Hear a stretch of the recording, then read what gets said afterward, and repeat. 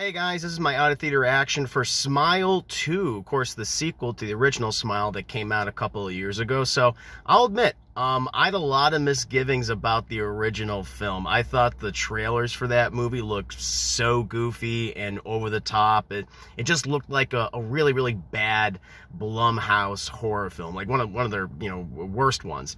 But I ended up, like many people, being very surprised by it. And though it is familiar in concept, the idea of an entity haunting you, over the course of several days, 7 days, and then, eventually killing you, the movie I thought was great. I was unfamiliar with Parker Finn as the director. I think that was his first theatrical outing.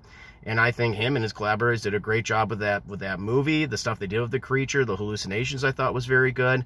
And Sochi Bacon, I thought she was wonderful in the film. I mean, I was really unfamiliar with her as an actress. I don't even know if I had seen her anything up to that point, but I was really intrigued by that movie. It wasn't my favorite horror film of that specific year, but I still thought it was great. Now, with Smile 2, this does take place shortly after the events of the original Smile, and it definitely has some connective tissue to that original movie. But in this film, we follow Naomi Scott, who is this singer, celebrity. She's kind of having this return tour after dealing with, issues with substance abuse. And, obviously she, due to seeing someone do horrific things to themselves, she ends up being followed by the Smile creature and is experiencing all these hallucinations. Now, I feel like this movie is better than the first in several ways. I think the direction, the cinematography is a lot, but you can tell that Parker Finn is getting more comfortable, more bold with the way in which he shoots certain things, and that's in full display. He creates some really cool scenarios, some terrifying, horrific, and others quite funny and inventive. And I think the cast does a really solid job for the most part, and Naomi Scott. I think a lot of the things I've seen Naomi Scott in, whether or not like the movie itself is very good, she's pretty consistent, and I think she gives a very good performance here. She's very, very manic, but I think that's appropriate given the circumstances. It's a nice different. It's a nice little different type of performance from Sochi Bacon's character from the first film, and I really like that. If I have any criticisms of the movie, it's just that the story is, and you can level this at the first film. It's very predictable. It's very familiar. You've kind of seen this, all before, whether it be in films like, It Follows or The Ring.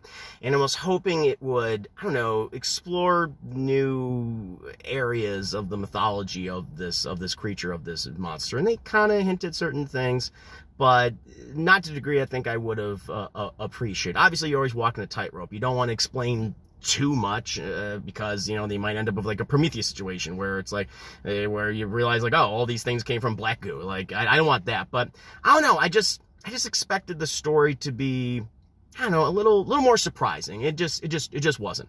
And you can predict the ending by honestly, either the end or the beginning of the first act. Honestly, you see how this is gonna all end up being, but it does set up a pretty cool scenario for the third film that I think would allow this horror franchise to do something very different in that third entry.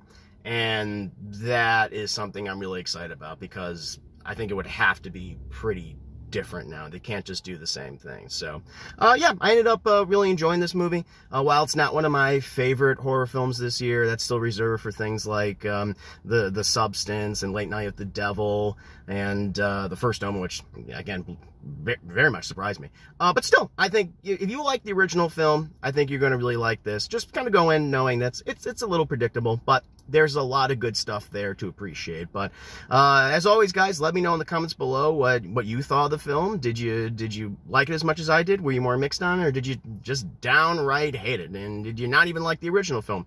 Let me know, and I'll see you next time.